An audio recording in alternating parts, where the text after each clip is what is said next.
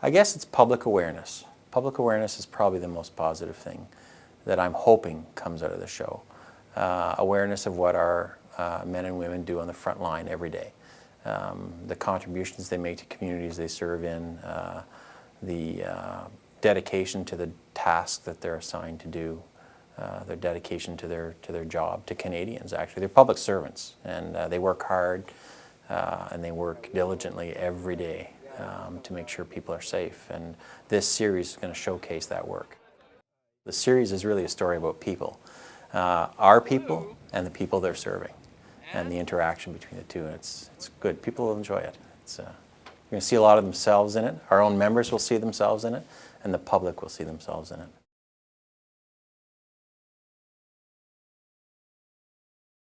I would think if you polled people, they would not understand that we're in international policing, for example, that we're on peacekeeping missions around the world, that we have liaison officers in 30-some-odd countries around the world. They probably wouldn't be aware of how involved we are in addressing internet predators that chase children over the internet. They probably don't understand how much we're involved there. They may not understand the scope of our involvement in commercial crime investigations, national security investigations, because their day-to-day exposure to us is the uniformed police officer on the front line doing community policing.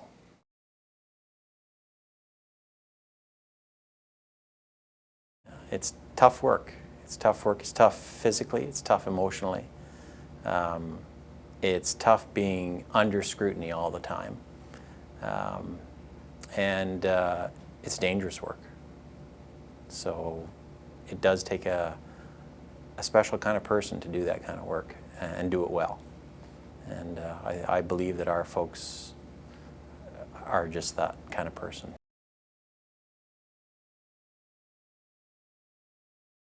What surprised me was the enthusiasm of our own folks to get involved. Because we're not a particularly communicative bunch when it comes to telling our own stories. And I mean, we're used to keeping information very close and tight. But what came across in all the episodes is how engaged and how willing the participants, the members that were being showcased, how willing they were to show off what they do, you know. And they had a lot of pride in what they were doing, and they were wanting to tell that story, and that surprised me.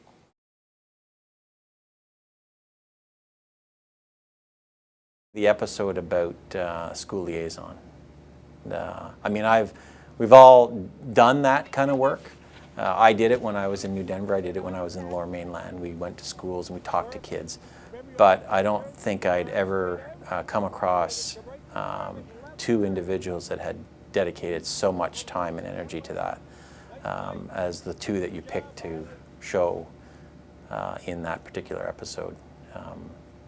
Both outstanding stories.